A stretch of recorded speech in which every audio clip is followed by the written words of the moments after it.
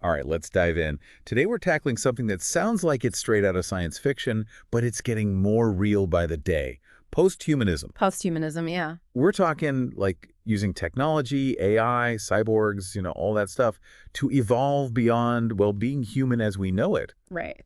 Kind of wild, right?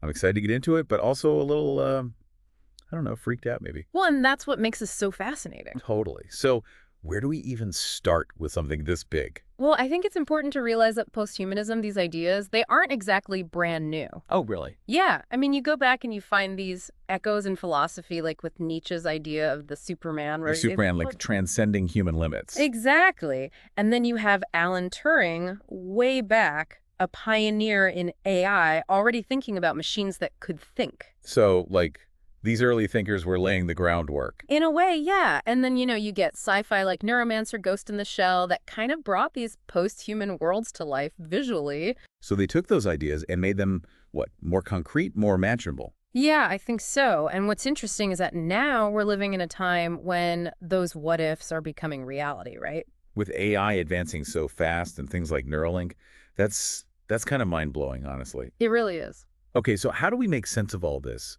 Posthumanism, what does it even really mean? Well, there are all these different theories that try to get at that. Take Nietzsche and his Übermensch, for example. He thought humans were not the end point, but more like a step towards something greater. Okay, interesting. Posthumanists, they see tech as the way to take that next step, becoming, stronger, smarter, maybe even immortal.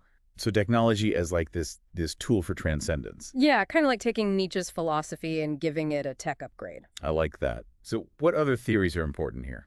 Well, Donna Haraway's Cyborg Manifesto, it's really key. Her argument is that the line between human and machine, it's already fading. Like what, people with pacemakers, prosthetic limbs? Exactly. She says they're already cyborgs in a sense.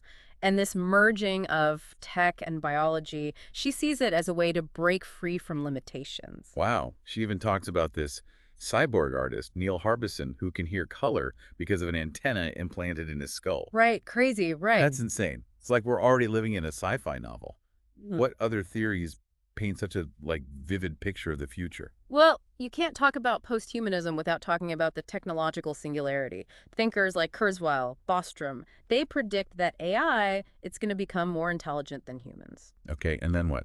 Well, that's the big question. This singularity, it could lead to this explosion of tech advancement so fast we can't even grasp it. And it's like, what happens to humans? Yeah, do we become obsolete or merge with the AI? It's kind of scary to think about. It is, but not all the theories are about AI taking over. Rosie Berdotti, she offers a different perspective. Oh, okay, what does she say? She says we need to stop putting humans at the center of everything. Posthumanism, for her, it's about realizing humans aren't the only important beings. So it's more about coexisting. Yeah. With AI, cyborgs, other beings, all in this future together, it's more collaborative. That makes me wonder, what would a truly collaborative future actually look like? Would we need to redefine what intelligence even means? Those are the big questions, yeah. And it's not just about AI and cyborgs either. Oh, right. What else? The transhumanist movement, people like Max Moore and FM 2030, they believe we can use tech to radically improve ourselves. Like what? Living longer, healthier, that kind of thing? Exactly. And they see this as a bridge to a full-on post-human future. So transhumanism is like a stepping stone on the path to posthumanism. In a way, yeah. But then it makes you ask, where's the line between human and post-human? Right. Is there even a line anymore? It's getting blurry. That's a great point. And it brings us to Andy Clark's idea of extended biology. He says our brains, they aren't just limited to our skulls. Oh, interesting. We've always used tools to extend ourselves, from glasses to, well, smartphones. He says AI, it's just the next level of that. So, we've been cyborgs all along in a way, without realizing it. Exactly. That's a really cool way to think about it. Yeah. So if we're already on this path to posthumanism, what does that mean right now? What's happening in the real world? Well, look at AI. The stuff programs like DeepMind, OpenAI, ChatGPT are doing, it's not just tools anymore. They're exhibiting creativity, self-learning. It's true. They're writing poetry, composing music, stuff we thought only humans could do. It's pretty amazing and a little scary, too. Yeah. And then you have Kevin Warwick with his chip implant and Elon Musk's Neuralink trying to link our brains directly to AI. Whoa! And CRISPR, gene editing, that's changing life at its core. It It is. feels like we're living in a sci-fi movie. But with all this awesome tech, we've got to ask, where are we going with it all? What does it mean for the future of humans, period? That is the question, isn't it? And that's what we'll be digging into even more in the next parts of this deep dive, exploring those possible futures, the good and the, well, maybe not so good. Welcome back. Last time we were talking about all these incredible advancements, like blurring the lines between human and machine. And you mentioned that post-humanism, it has these deep roots, going back centuries. Oh, yeah, absolutely. One of those early threads, you can trace it back to this 19th century philosopher, Friedrich Nietzsche. Nietzsche. Okay. Yeah, and his idea of the Übermensch, the Yeah. Superman. Right, right. Now, Nietzsche wasn't talking about technology, but his idea that humans were a bridge to something greater, that we can like transcend our limits, that really resonates with post-humanist thinkers. It's like he laid out this philosophical framework, and now we're figuring out the tech to make it happen. Yeah, that's a great way to put it. And around the same time as Nietzsche, you have Alan Turing. Brilliant guy, father of artificial intelligence. Turing, yeah. He was already asking those huge questions like, can machines think?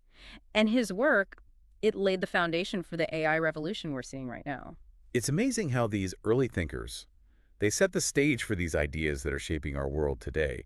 But when did these ideas really start to take hold? Like, how did these concepts go from philosophy and computer science to something that felt more, I don't know, real? Well, in the mid-20th century, you had this rise of cybernetics, which explored the relationship between humans and machines. Cybernetics. Yeah, and Norbert Wiener, a pioneer in that field, he developed these theories about control systems that applied to both living things and machines. So, like, breaking down the barriers between the natural and the artificial. Exactly. And then, of course, you have science fiction, which really helped to popularize these post-human ideas. Oh, yeah, science fiction for sure. Yeah. Books like William Gibson's Neuromancer, which introduced cyberspace, and movies like Ghost in the Shell, exploring consciousness, merging with technology.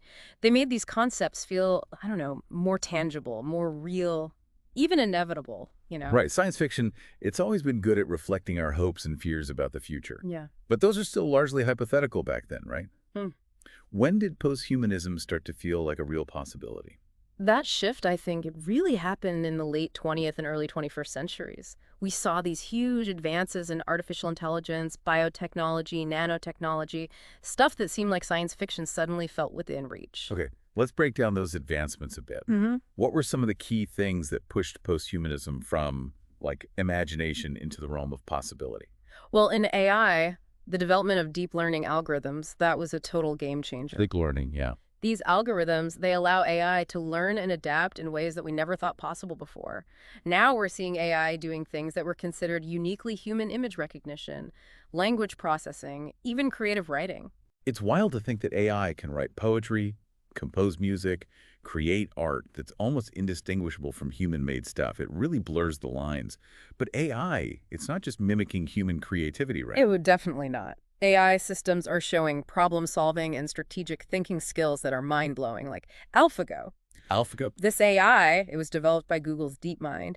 It beat a one-old champion Go player, which was considered impossible for a machine back then. Wow. It showed that AI could excel in areas where we thought humans had the edge. It makes you wonder, like, what are the limits of AI? If it can master something as complex as Go, what else can it do? That's the big question everyone's asking. But AI is not the only thing pushing us towards this post-human future. In biotechnology, we have CRISPR-Cas9 gene editing, a revolutionary tool. Yeah. This technology allows scientists to modify DNA with incredible precision. It opens up all these possibilities for treating diseases, enhancing human traits, even creating new life forms. So it's not just about fixing things. It's about potentially redesigning life itself. It is. And while it has incredible potential for good, there are also serious ethical concerns, right? Unintended consequences, the possibility of misuse. It's a powerful technology that demands a lot of careful thought. Absolutely. We need to be incredibly cautious with that kind of power. But beyond AI and gene editing, what other advancements are pushing us towards this post-human future? Well, one area that's super interesting is brain-computer interfaces. They allow for direct communication between the brain and computers. Brain-computer interfaces, wow. It's like taking that fusion of human and machine to a whole new level. And what are some examples of this in the real world? A prominent one is Neuralink, Elon Musk's In company. Neuralink, yeah. They're developing these brain-machine interfaces that people could have implanted. The idea is to allow humans to control computers and devices just with their thoughts. The initial focus is on helping people with paralysis, but their long-term goals are way more ambitious. It's like something out of a sci-fi movie, merging minds with machines. Yeah. It's both exciting and, I don't know, a little bit scary. It is. And it's not just Neuralink. Other companies and researchers are working on these brain-computer interfaces too. Really. Yeah, they could totally revolutionize how we interact with technology, how we see the world. Imagine enhancing our senses, expanding our cognitive abilities, even creating new ways to communicate beyond language. It's incredible to think about. But we also have to consider the risks, the ethical challenges, right? That's something we've been talking about a lot. You're right. With every new technology, we need to think about the potential downsides. And that's actually what we'll be exploring in part 3, where we'll dig into the ethical dilemmas of posthumanism and some of the potential downsides, as well as arguments for why we should embrace this future. So, welcome back to our deep dive on posthumanism. It feels like we've covered so much ground already, from philosophy to cutting-edge tech. And now I think it's time to zoom out a bit, look at the bigger picture. What strikes me is that posthumanism, it's not really one single idea, right? Yeah, you're right. It's more like a bunch of different ideas, sometimes even contradicting each other, all mixed together. Yeah, it is. It's like a tapestry, all these threads woven together. And I think that's what makes it so interesting. Yeah, definitely.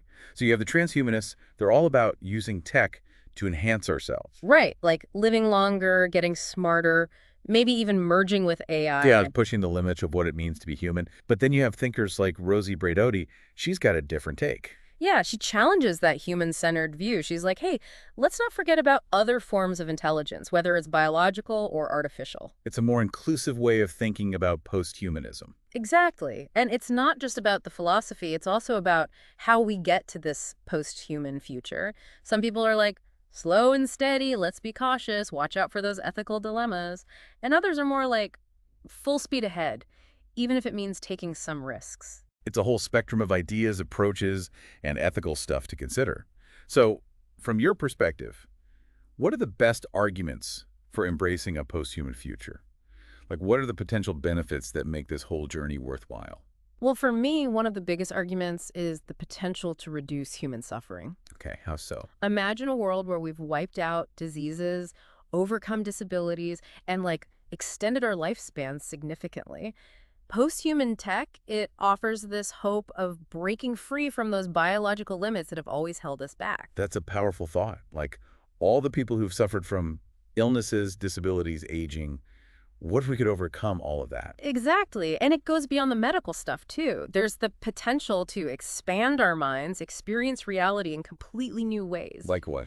What if we could connect our brains directly to the internet? Whoa. Access information instantly or even perceive the world through different senses? That's mind-blowing, like unlocking new levels of consciousness. It is. And there's also the potential to solve some of the biggest problems facing our planet, climate change, resource depletion, inequality. Big issues. Yeah, these are complex problems. They need some serious solutions. And post-human tech could be the key. We could be smarter, better problem solvers. We could create a more sustainable and fair future for everyone.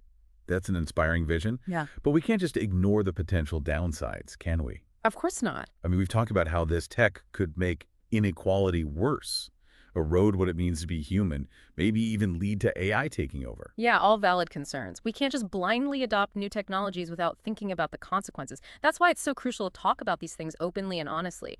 We need scientists, ethicists, policymakers, artists, everyday people. Everyone needs to be part of the conversation. It's about creating some kind of collective wisdom around these technologies, making sure they're used in a way that aligns with our values. Right. Exactly. And we need to set some ground rules, some ethical guidelines, regulations. We have to address those worries about access, privacy, safety, and the potential for misuse. It's like we're entering this uncharted territory, and we need a map, some rules of the road. But how do we even start creating those rules and make sure they're fair? That's the tough part. There's no easy answer. It's going to take global cooperation. Governments, international organizations, civil society, all working together. And it'll have to be an ongoing process, right? Adapting as these technologies change and develop. Absolutely. It's a constant evolution. It's a big task, But as we move forward, we have to remember that the future isn't set in stone. It's something we're shaping with every choice we make today. That's a great point. We have the power to create the future we want. Well said. And with that, we've reached the end of our deep dive into posthumanism. We've explored the philosophy, the cutting-edge technologies, the potential benefits, and the risks. It's been quite a journey. It has. And thanks for guiding us through it all. It's been my pleasure. And to our listeners, thanks for joining us. We hope this deep dive has given you lots to think about as we navigate this wild, unpredictable future. Keep exploring, keep asking questions,